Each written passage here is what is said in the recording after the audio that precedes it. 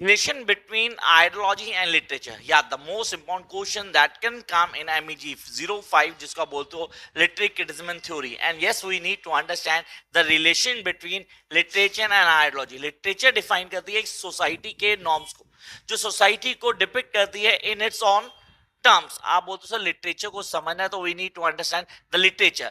Literary text की बात करते हो तो हम कहते हैं it can be seen a product of the dominant sage. Dominant sage जो पूरी तरह काम कर रहा है, जिसके कॉन्सेप्ट क्लियर होती है. आप बोलते हो लिटरेचर कुछ बेसिक्स आपको आने चाहिए, such as literature is a reflection of ideology. Yes, literature is a reflection of ideology. ये आपकी आइडियोलॉजी बताती है. आप बोलते हो आइडियोलॉजी ऑफ इनहेरिटेंस जो आपको मिली है आपके दादा परदादा से आपको मिलती आई. Second, it represent a power structure. ऐसे एक पावर स्ट्रक्चर को क्रिएट करता है लिटरेचर. लिटरेचर डिफाइन करता है चीजें कैसे बदलती हैं. आप वो तो लिटरेचर अपने आप में एक फोर्स है, a force to change. Yes, a literature works as a force to change. It challenges the dominant narratives. Yes, dominant narratives. जब चीजें आपको डिफाइन की जाती है, क्या करना है, कैसे करना है, करने का तरीका क्या होगा. It tells you about the social criticism. So what has been a social criticism? जिसको हम डिफाइन करते हैं एक सोसाइटी के नॉर्म से.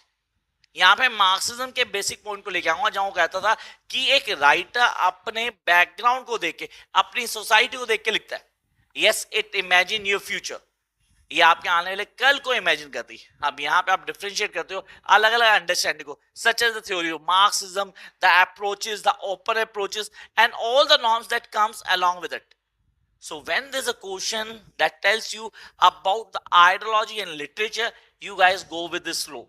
So remember, this is from the Marxist literary criticism and you guys need to clear this. Wish you all the best, guys.